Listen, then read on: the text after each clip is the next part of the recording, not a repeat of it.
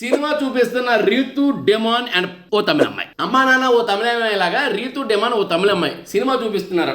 ఎందుకంటే రీతు వచ్చేసి ఆమె ఒంటరిగా ఉండేటప్పుడు డెమాన్ ఓ తమిళ అమ్మాయి అది అయోష కలిసి డ్యాన్స్ వేశారంట, పాటలు పాడారంట. అది వాళ్ళిద్దరు కూడా జంట ఉన్నారు.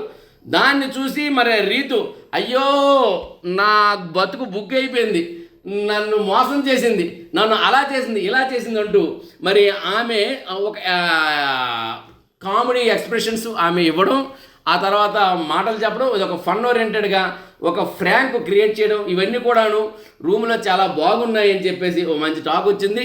సో అది మాత్రం మనం చూడబోతున్నాం.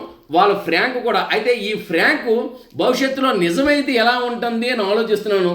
రీతు వచ్చేసి గుండెలు బాదుకుంటుంది ఫ్రాంక్లో, మరి ఇది నిజమైతే గుండెలు బాదుకుంటుందా లేకపోతే ఇంకేం బాదుతో నాకు అర్థం కావట్లేదు.